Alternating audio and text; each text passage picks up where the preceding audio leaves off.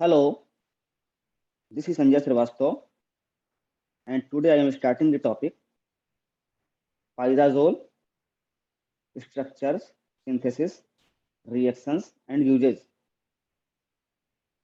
Pyrazole is an aromatic five-membered ring with two nitrogen heteroatoms at adjacent positions. It is weakly basic in nature. Pyrazole एक aromatic compound है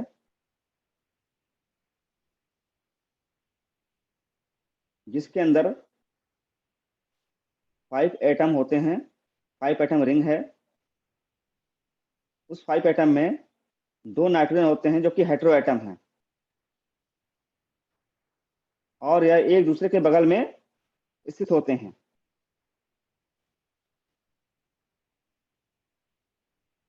इसका formula क्या है? इसका formula है molecular formula C3H3N2H। It is 1,2-diazole। IUPAC name 1H pyrazole। Pyrazole is a structural isomer of imidazole। Imidazole को हम 1,3-pyrazole भी बोलते हैं। मतलब क्या हुआ? पायराजोल इमिडाजोल का स्ट्रक्चरल आइसोमर है। पायराजोल में जो नाइट्रोजन की पोजीशन होती है वह 1 और 2 पोजीशन होती है, जबकि इमिडाजोल में 1 और 3 पोजीशन पर नाइट्रोजन प्रेजेंट होता है। इसीलिए इमिडाजोल को 1,3-pyrazole भी बोलते हैं।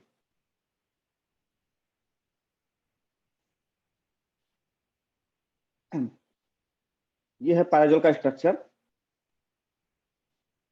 यहाँ पे 1, 2, 3, 4, 5 फाइव मेंबर रिंग है ये, और इसमें पहले और दूसरे पोजीशन पे नाइट्रोजन लगा हुआ है। यहाँ जैसे देख रहे हैं, पहला पोजीशन है, दूसरा पोजीशन। इसीलिए इसको हम 1,2-diazole बोलते हैं। ये हमारा पायराजोल का स्ट्रक्चर है। वन पोजीशन पे हाइड्रोजन एटम लगा हुआ है, नाइट्रोजन की वैलेंसी 3 होती है। 1, 2, 3 बॉन्ड ये बना रहा है यहाँ पे। अब आगे देखते हैं।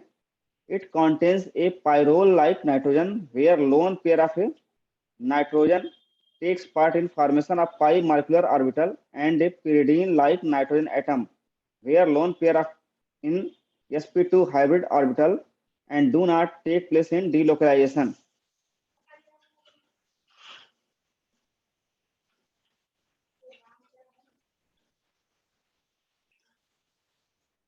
इसके अंदर दो तरह के नाइट्रोजन पाए जाते हैं। पहला है पायरो लाइक नाइट्रोजन, जहां पे लोन पेयर ऑफ इलेक्ट्रॉन होता है जो कि पाई माइक्युलर ऑर्बिटल के फॉर्मेशन में पार्टिसिपेट करता है। अब दूसरा क्या होता है? पिरिडीन लाइक नाइट्रोजन एटम होता है। यहाँ पे क्या होता है कि lone pair sp2 hybrid orbital होता है और डीलोकलाइजेशन में कोई रोल पार्टिसिपेट नहीं करता है। मतलब पाई माइक्युलर ऑर्बिटल फॉर्मेशन में कोई भी रोल पार्टिसिपेट नहीं करता है। Do not take place in delocalisation. अब हम देखते हैं इसका सिंथेसिस।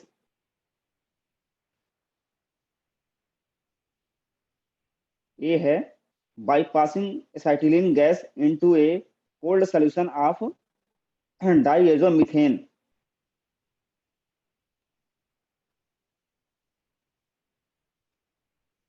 एसाइटिलीन गैस को जब हम डाइएजोमीथेन के कोल्ड सॉल्यूशन में पास करते हैं तब हमें पायराजोल प्राप्त होता है।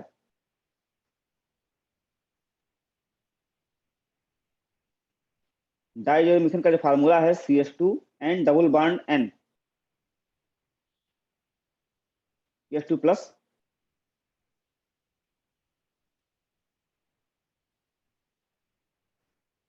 और एन पे नेगेटिव चार्ज लगा हुआ है।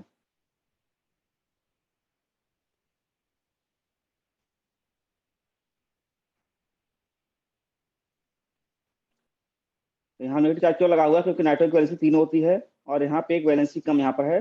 2 ही बॉन्ड यहाँ दिख रहे हैं, तो एक में यहाँ पर नाइट्रोजन लगा पे 9 माइनस चार्ज लगा दिया, तो 3 वैलेंसी हो गई इसकी। और यहाँ पे क्या है,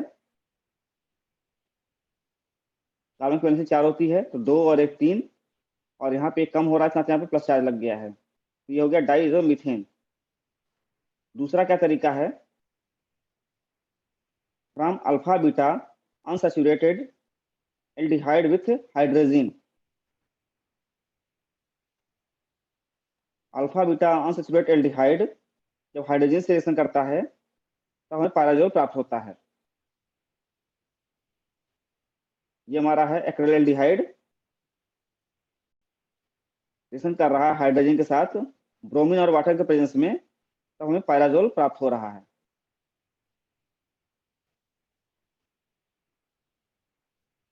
तीसरा मेथड है नॉर पायराजोल सिंथेसिस।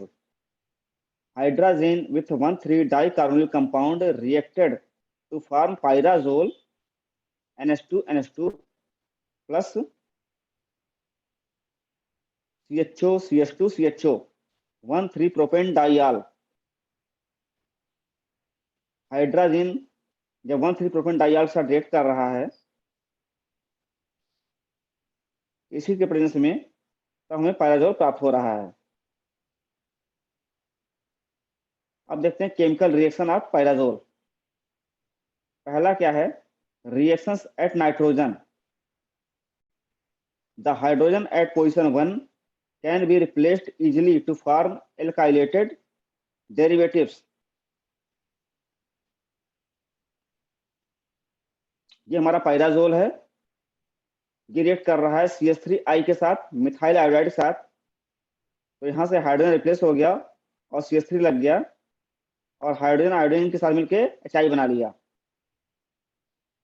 ये हो गया हमारा मिथाइल पैराजोल हो गया।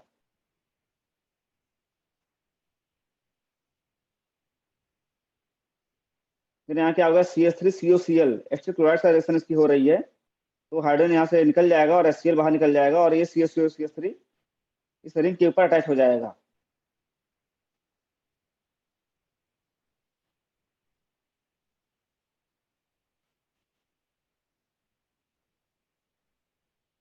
ये हमारा हो जाएगा एस्टोपैराजोल।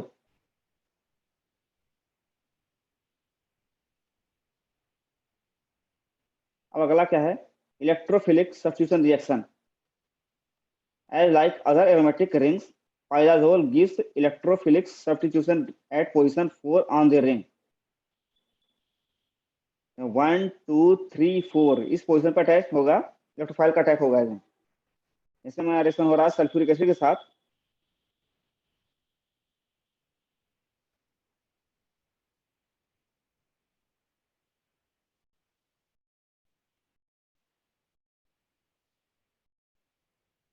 तो हमारा यहाँ बन रहा है SO3H प्लस H2O।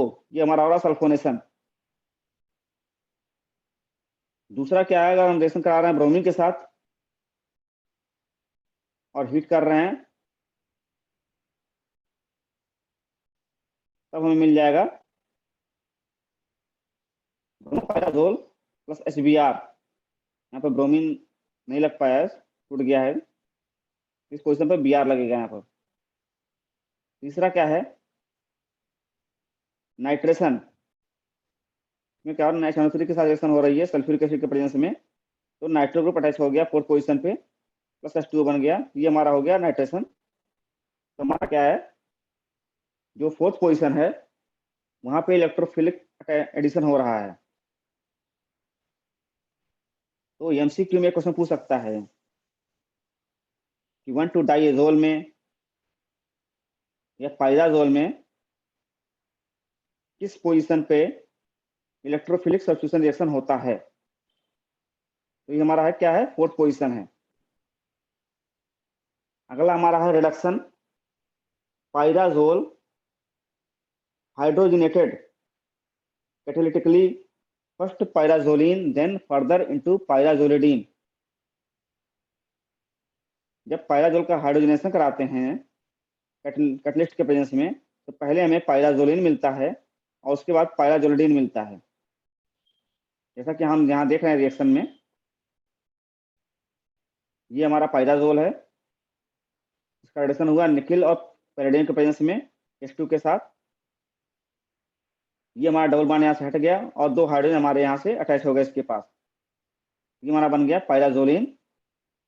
फिर दोबारा जब हुआ H2 के साथ निकिल और पैलेडियम के प्रेजेंस में, ये डबल बॉन्ड भी हट गया और 2 हाइड्रोजन इधर भी अटैच हो गए, तो ये हमारा बन गया पायराजोलिडीन। अब हम देखते हैं इसका मेडिसिनल यूज कहाँ कहाँ इस्तेमाल होता है इसका। पायराजोल पहला जैसे हमारा इस्तेमाल यहाँ होता है वह जगह है, सॉरी, पायराजोल जहाँ इस्तेमाल होता है वो जगह है पहला एंटी हेलमेंटिक एक्टिविटी। यह एक एंटी हेलमेंटिक एक्टिविटी के रूप में यूज होता है। एग्जाम्पल इसका है अल्बेंडाजोल, मिराडाजोल, थायाबेंडाजोल। दूसरा यूज क्या इसका है, एंटी माइक्रोबियल के रूप में इस्तेमाल होता है ये। इसका एग्जाम्पल है सिफोसेलिक्स। तीसरा इसका है इनहिबिटिंग कॉफ2 इनहिबिटर, एनालिसिस एक्टिविटी करता है। एग्जाम्पल इसका है फेप्राजोन, फेनाइल ब्यूटाजोन। क्या करता है, कॉफ2 को इनहिबिट करता है, साइक्लोऑक्सीजनेट 2 को इनहिबिट करता है ये। फिर ये क्या करता है, साइटोटॉक्सिक एक्टिविटी शो करता है, मतलब एंटी कैंसर के रूप में इस्तेमाल होता है। इसका एग्जाम्पल है एजाथायोप्रिन और दूसरा है डाकार्बाजिन। एंटी माइक्रोबैक्टीरियल के रूप में भी इस्तेमाल होता है ये, इसकी एक्टिविटी को शो करता है। एंटीऑक्सीडेंट एक्टिविटी शो करता है। MAO inhibitor treatment of Parkinson disease, monoamine oxidase को इनहिबिट करता है और पार्किंसन डिजीज में इस्तेमाल होता है कंट्रोल करने के लिए। इस इनहिबिटर के रूप में इस्तेमाल होता है, ब्लड प्रेशर को कंट्रोल करता है ये। एंजियोटेंसिन कन्वर्टिंग एंजाइम, एंटीवायरल के रूप में भी इस्तेमाल होता है ये, तो वायरस को कंट्रोल करता है ये। MAO का मतलब होता है मोनोइमीन ऑक्सीडेज और ACE का मतलब होता है एंजियोटेंसिन कन्वर्टिंग एंजाइम।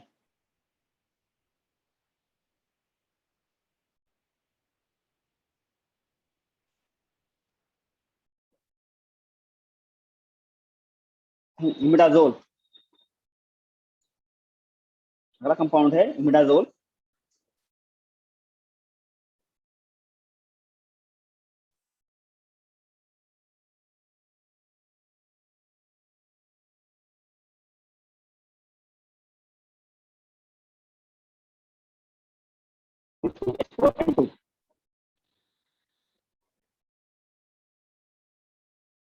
अगला कंपाउंड है इमिडाजोल, इसका मात्रा फार्मूला है C3H4N2। इसमें नाइट्रोजन क्या होता है, 1 और 3 पोजीशन पे होता है। ये कलरलेस सॉलिड होता है, सॉल्युबल इन वाटर होता है, पानी में घुलनशील है, मोस्टली प्रेजेंट इन एल्कलॉइड, ज्यादातर यह एल्कलॉइड में प्रेजेंट होता है। यहाँ हम देख रहे हैं नाइट्रोजन 1 पोजीशन पे है, 2 पे कार्बन है और 3 पे नाइट्रोजन है। इसको हम बोलेंगे 1,3-डाइएजोल या इमिडाजोल। पायराजोल में क्या था, नाइट्रोजन यहाँ पे, यहाँ की बजाय यहाँ पे था, तो यहाँ से हम काउंटिंग शुरू कर रहे थे 1 और 2, 1,2 डाइजोल था वो, और इमिडाजोल 1,3 डाइजोल। अब देखते हैं इसका सिंथेसिस। पहली जो रिएक्शन इसकी है सिंथेसाइज करने की, वह है रेडजिस-जिवेस्की सिंथेसिस फ्रॉम डाइकार्बोनिल कंपाउंड। ये हमारा एक डाइकार्बोनिल कंपाउंड है, C डबल बॉन्ड O। ये हमारा कार्बोनिल ग्रुप है, तो 2 डबल बॉन्ड O है, C double bond O 2 group लगे हुए हैं, तो इसको बोलेंगे डाइकार्बोनिल कंपाउंड बोलेंगे। और R1 R2 क्या हमारा एक ही ग्रुप है। इसका रिएक्शन जब हो रहा है अमोनिया के साथ, तो हमारा डाइमीन बन रहा है। इसके रिएक्शन हम करा रहे हैं एल्डिहाइड के साथ, हाँ सिर्फ CHO। तो ये हमारा कंपाउंड बन रहा है, इंटरमीडिएट कंपाउंड बन रहा है, जो आगे चल के इमिडाजोल में कन्वर्ट हो जा रहा है। इमिडाजोल का डेरिवेटिव है ये R3, जहाँ पे लगा था आप यहाँ पे R1 R2 R3, तो ये क्या है, इमिडाजोल का डेरिवेटिव है।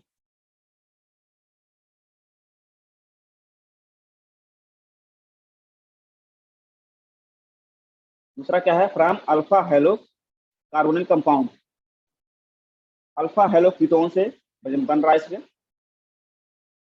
अल्फा हेलो कीटोन जब इमिडीन से रिएक्शन कर रहा है, यहाँ ब्रोमीन बाहर निकल रहा है और वाटर बाहर निकल रहा है, तब हमें सब्स्टिट्यूटेड इमिडाजोल प्राप्त हो रहा है।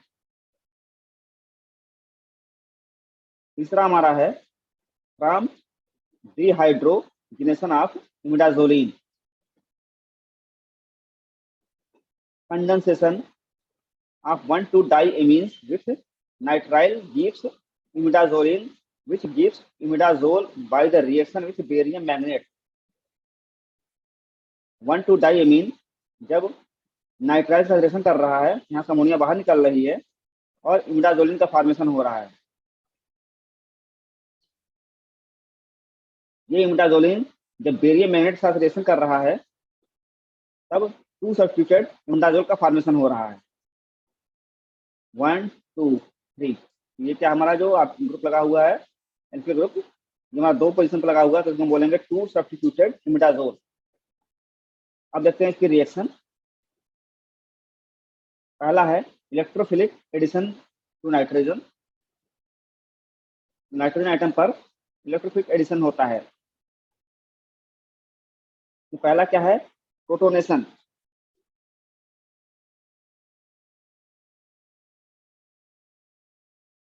ये इमिडाजोल है, इसके ऊपर जब हाइड्रोजन का अटैक हो रहा है, हाइड्रोजन प्लस का इसी के प्रेजेंस में, तो ये प्लस यहाँ पर नाइट्रोजन के ऊपर जाके जुड़ रहा है यहाँ पर, और वैलेंसी क्या हो रही है यहाँ पर, लोन पे इलेक्ट्रॉन यहाँ पर इसके इस्तेमाल हो जा रहा है, और वैलेंसी यहाँ पर कितनी हो जा रही है, इन 2 1 3 पहले से थी और एक 4 हो गया ये वैलेंसी, इसलिए इसके ऊपर प्लस चार्ज आ गया है, क्योंकि एक वैलेंसी को कम दिखानी है यहाँ पर, नाइट्रोजन वैलेंसी 3 होती है, तो 3 नंबर को दिखाने के लिए प्लस चार्ज यहाँ लगा दिया गया है। और इसका जो पॉजिटिव नेचर इसका जो है, जो कैटायन है, इसकी पोजीशन चेंज होती रहती है इस नाइट्रोजन से इस नाइट्रोजन के बीच में। ये हाइड्रोजन यहाँ से इधर ट्रांसफर हो गया और ये पॉजिटिव चार्ज इधर आ गया, कैटायन पोजीशन चेंज हो रही है यहाँ पे, और ये पॉजिटिव चार्ज है इस नाइट्रोजन से इस नाइट्रोजन में ट्रांसफर हो रहा है। यहाँ पे डबल बॉन्ड इधर लगा हुआ है और यहाँ डबल बॉन्ड हटके इधर आ गया, इसके पास में आ गया, यहाँ पॉजिटिव चार्ज यहाँ पे आ गया, इसको बोलेंगे इमिडाजोलियम कैटायन। दूसरा क्या है, एन एल्काइलेशन।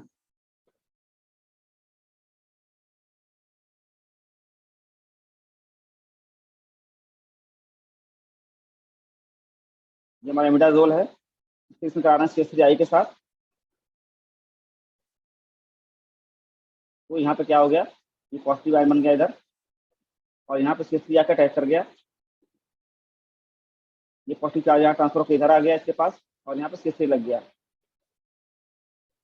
फिर क्या होगा, ये हाइड्रोजन यहाँ से प्लेस हो गया, दोबारा CH3I के साथ हुआ, दोनों जगह CH3 के ग्रुप अटैच हो गया यहाँ, और आयोडीन माइनस के साथ यहाँ पर इसके साथ साल्ट बना लिया, ये बन गया N1N3 डाई मिथाइल इमिडाजोलियम साल्ट।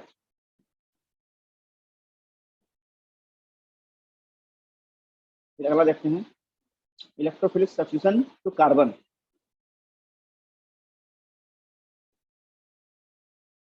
अभी हम क्या देख रहे थे, यहाँ पर इलेक्ट्रोफिलिक एडिशन हो रहा था। अब हम क्या देख रहे हैं, अगला जो रिएक्शन है वह है इलेक्ट्रोफिलिक सब्स्टिट्यूशन टू कार्बन। पहला है नाइट्रेशन,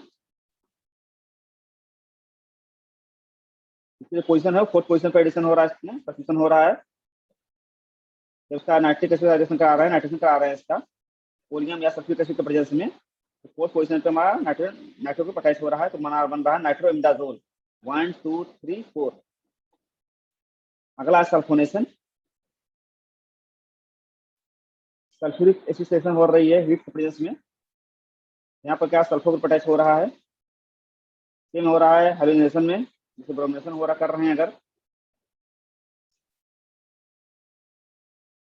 सोडियम एसिड के प्रेजेंस में,